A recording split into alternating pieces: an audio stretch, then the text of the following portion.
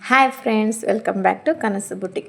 ಇವತ್ತು ನಾನು thread inner piping ಹಿಂಗೆ ಮಾಡೋದು ಅಂತ ಹೇಳಿ ನಾನು ನಿಮಗೆ ತೋರಿಸ್ಕೊಡ್ತೀನಿ. ಅದಕ್ಕೆ ಕ್ಲಾತ್ನ ಕ್ರಾಸಾಗಿ ಕಟ್ಟಿಂಗ್ ಮಾಡ್ಕೋಬೇಕು. ಯಾವುದೇ ಪೈಪಿಂಗ್ ಆದ್ರೂ ಕ್ರಾಸಲ್ಲೇ ಈ ಥರ ನಾನು ಮಾಡ್ತಿದ್ದೀನಿ ನೋಡಿ, ಈ ಥರನೇ ಕಟ್ಟಿಂಗ್ ಮಾಡ್ಕೊಂಡು ಇಟ್ಕೋಬೇಕು. ಮತ್ತು ಅದಕ್ಕೆ ಥ್ರೆಡ್ಡು ಮತ್ತು ಸಿಂಗಲ್ ಗೋಡನ ಯೂಸ್ ಮಾಡಬೇಕು. ಯಾವಾಗಲೂ ಥ್ರೆಡ್ ಪೈಪಿಂಗ್ ಮಾಡಬೇಕಾದ್ರೆ ಅದಕ್ಕೆ ಸಿಂಗಲ್ ಗೋಡ ಕಂಪಲ್ಸರಿ ಯೂಸ್ ಮಾಡ್ಕೋಬೇಕು. ಈ ಥರ ಕಟ್ಟಿಂಗ್ ಮಾಡ್ಕೊಳ್ಳಿ ಮತ್ತು ಥ್ರೆಡ್ ಇಟ್ಕೊಂಡ್ಬಿಟ್ಟು ಅದನ್ನು ನೀಟಾಗಿ ಕ್ರಾಸಲ್ಲಿ ಜಾಯಿಂಟ್ ಮಾಡಬೇಕು. ನಾನು ತೋರಿಸ್ಕೊಡ್ತೀನಿ ನಿಮಗೆ ಯಾವ ಥರ ಕ್ರಾಸಲ್ಲಿ ಅಂತ. ನೋಡಿ, ಈ ಥರ ಕ್ರಾಸ್ ಇಟ್ಕೊಂಡು ಅದನ್ನು ನೀಟಾಗಿ ಜಾಯಿಂಟ್ ಮಾಡ್ಕೋಬೇಕು ನೀವು. ಆವಾಗ ಅದು ಕ್ಲಾತು ನೀಟಾಗಿ ಕೂರುತ್ತೆ. ನಿಮಗೆ ಪೈಪಿಂಗ್ ಮಾಡಿದಾಗ ಯಾವುದೇ ರೀತಿ ಪ್ರಾಬ್ಲಮ್ ಬರೋಲ್ಲ. ನಿಮಗೆ ಎಷ್ಟು ಬೇಕೋ ಅಷ್ಟು ಕ್ಲಾತನ್ನು ನೀಟಾಗಿ ಜಾಯಿಂಟ್ ಮಾಡ್ಕೊಳ್ಳಿ. ಈ ಥರ ನನಗೆ ಇಷ್ಟು ಬೇಕಾಗಿದೆ, ಸೊ ನಾನು ಇಷ್ಟು ಜಾಯಿಂಟ್ ಮಾಡ್ಕೊಂಡಿದ್ದೀನಿ.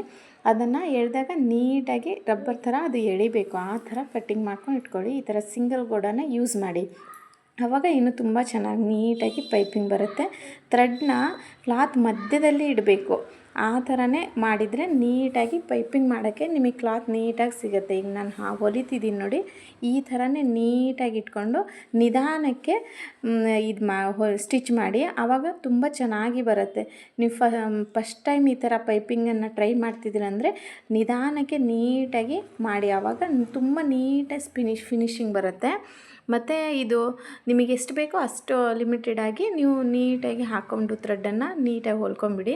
ಆಮೇಲೆ ಎಷ್ಟಾಗುತ್ತೆ ಅಷ್ಟನ್ನು ನೀಟಾಗಿ ಕಟ್ಟಿಂಗ್ ಮಾಡ್ಕೊಳ್ಳಿ. ನಿಮಗೆ ಲೈನಿಂಗ್ ಕ್ಲಾತ್ ಮೇಲೆ ಎಷ್ಟು ಅಟ್ಯಾಚ್ ಮಾಡೋಕ್ಕೆ ಬಟ್ಟೆ ಬೇಕೋ ಅಷ್ಟನ್ನು ನೀಟಾಗಿ ಅಟ್ಯಾಚ್ ಮಾಡಿಕೊಂಡು ಇಟ್ಕೊಳ್ಳಿ. ಆವಾಗ ಇನ್ನೂ ಪೈಪಿಂಗ್ ತುಂಬ ಚೆನ್ನಾಗಿ ಬರುತ್ತೆ.